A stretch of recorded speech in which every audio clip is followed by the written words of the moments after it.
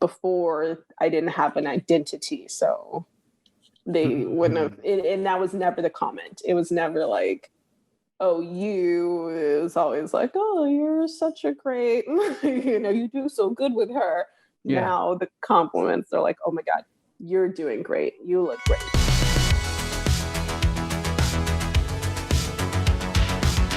So like what? So I guess what's it like being a parent and a dancer at the same time?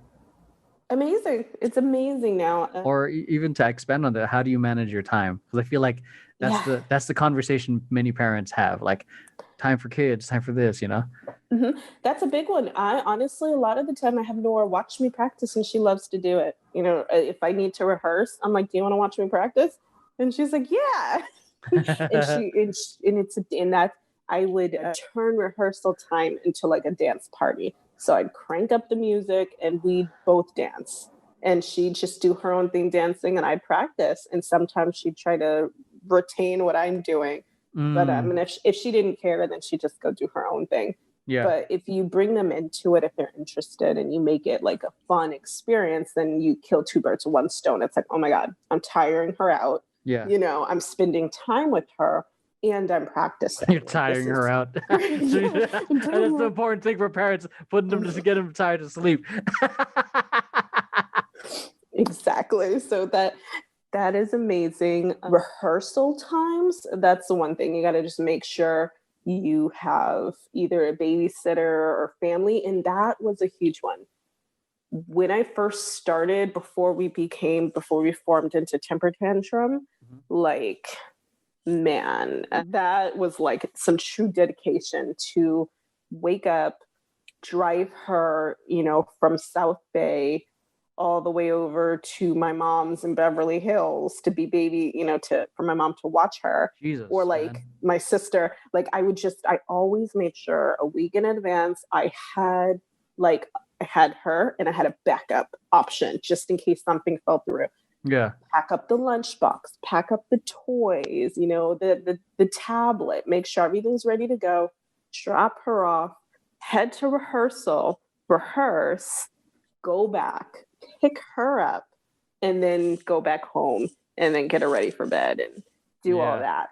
So it's you got to be dedicated for times like that. And that's if like you don't have a partner at home that's gonna like just watch them. It's just that her dad would be working during that time, doing like evening news or something. So I always had to make sure. But what happened? The pandemic's made life real easy because he works from home. So I'm like, take note. Were your parents was your family concerned about you going back into dance because you were a mom?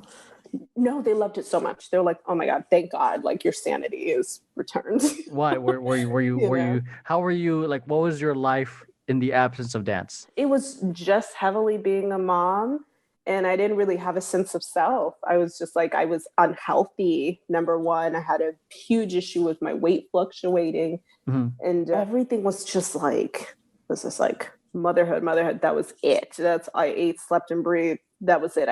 There was no me. Who am I? I had nothing. Yeah. I really had like nothing going for myself. So that had to stop.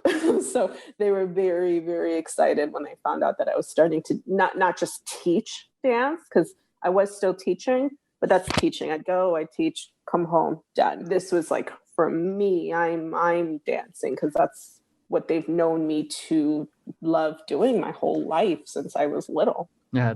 So that's good that they're supportive. Again, like your family sounds like an anomaly, man, because I don't know much family members that would be like, what the fuck? You got a kid. Look, you got rent. Is your dancing gonna pay rent? Nah. Now, look. If I said that I was quitting my job to dance with you guys, then that would have been an issue. They would have been like, "What the hell are you doing?" But knowing that I was still working, knowing that I was still working, and I was just making the decision to manage my time, that was it.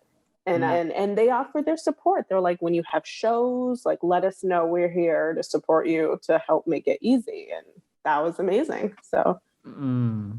Yeah, that helps a lot if you have family around when you're a parent. That's made all the difference. Although in the end, I think I started to feel guilty, even though they probably love having her over. I ended up hiring a babysitter, and I would just, so basically, I was paying to dance with you guys at one point because I hired a sitter, and I just to cut time.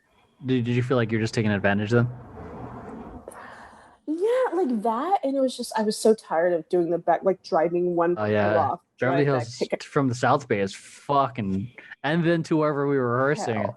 In San Fran, like, yeah, it was hell. It was hell. It wasn't horrible. I enjoyed it because it made me happy. It wasn't like something I'm like crying in the car doing. Do you cry going to work?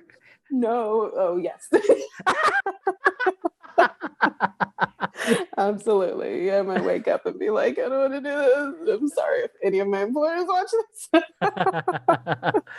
No, I love my job, but it can be stressful. But no, it's everything I love doing. But it was like, okay, if I can afford to do this, if I can budget it, I'm willing to cut back elsewhere to have a sitter come to my house, watch my kid while I go to rehearsal, or while I go dance with you guys because we started to party and that was amazing, or while we have a show. Oh my God, when we would hang out outside of rehearsals. Yeah, and then you got that. Just to let you guys know, they initiated that. They started hanging out on their own, and I just tagged along. So much. I mean, I cannot tell you how, like, being a parent, that part. Yeah, that's actually kind of liberating, Like, oh my, I came back. Like, Krystle came back. And it's because of Temper Tantrum completely. I wouldn't be who I am right now if it wasn't for that. So. If your family were to describe you to Krystle of before Temper Tantrum and then now, like no dancing and dancing, what would they say? Oh my God. Oh God. I don't know. I mean, they'd say like I was a dedicated mother. And that's it. That's probably what they'd say. I was a dedicated mother, and that's that. Like, that's all they would probably say. But now it's like, no, like they'd say she's herself.